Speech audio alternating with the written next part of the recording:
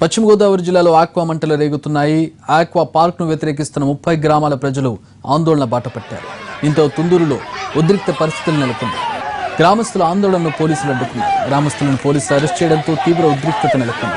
పశ్చిమ గోదావరి జిల్లా భీమవరం సమీపంలో ఆక్వా ఫుడ్ పార్క్ ఏర్పాటు చేయవద్దని కొన్ని రోజులుగా ప్రజలు నిరసన తెలుపుతున్నారు. వీరికి ప్రతిపక్ష వైసీపీతో పాటు వామపక్షాల మద్దతు ప్రకటించింది. ఫుడ్ పార్క్ను జనావాసాల మధ్య నుంచి దూరంగా తరలించాలని గ్రామస్తులు పట్టుబడుతున్నారు.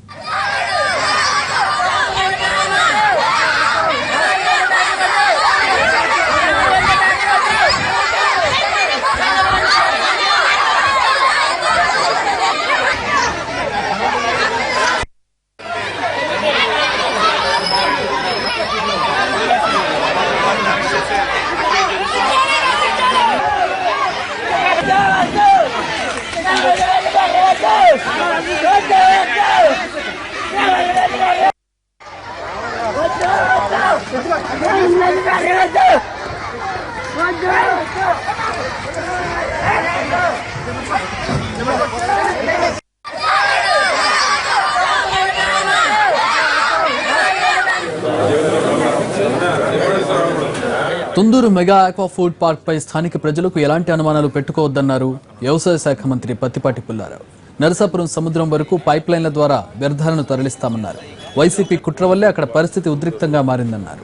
ఎందుకంటే రాష్ట్ర ప్రభుత్వం అక్కడ విశ్వనాథరాజు గారు ముందుకు వచ్చి 130 కోట్ల రూపాయలతోటి ఆక్వా ఫుడ్ పార్క్ చేపట్టాలని తుందూరు దగ్గర నుంచి నరసాపురం సీలో కలిపేంత వరకు కూడా పైప్ లైన్ వేసి, ఎందుకంటే ఇప్పుడు ఈ గోదావరి ఆక్వా ఫుడ్ పార్కులో ఏ వ్యర్థం వచ్చినా కూడా ఒక్క బొట్టు కూడా బయటికి రాకుండా టోటల్గా పైప్ లైన్ ద్వారా సముద్రంలో కలిపేటువంటి దానికి పొల్యూషన్ బోర్డు కూడా డిసిషన్ తీసుకొని కేంద్రం, రాష్ట్రం, ఎంటర్ప్రైనర్స్ ఆ 14 కిలోమీటర్లు ఎవరైతే ఉన్నారో ఈ యొక్క ఆక్వా ఫుడ్ ప్రాసెసింగ్ యూనిట్స్ ఎవరైతే ఉన్నాయో అందరికీ కూడా ఆ పైప్ లైన్ కనెక్ట్ చేయడం జరుగుతుంది.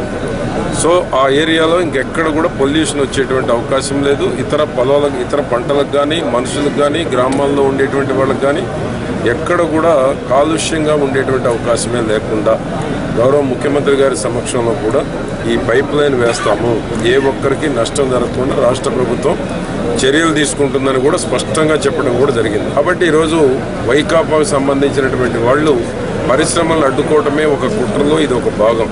ఇది కానీ డివిస్ ల్యాబొరేటరీ కానీ ఎక్కడ పరిశ్రమ వస్తుందన్నా పరిశ్రమలను అడ్డుకునేటువంటి కుట్ర ఇది ఉన్నారు. ఇది 2 నాలుకల ధోరణి.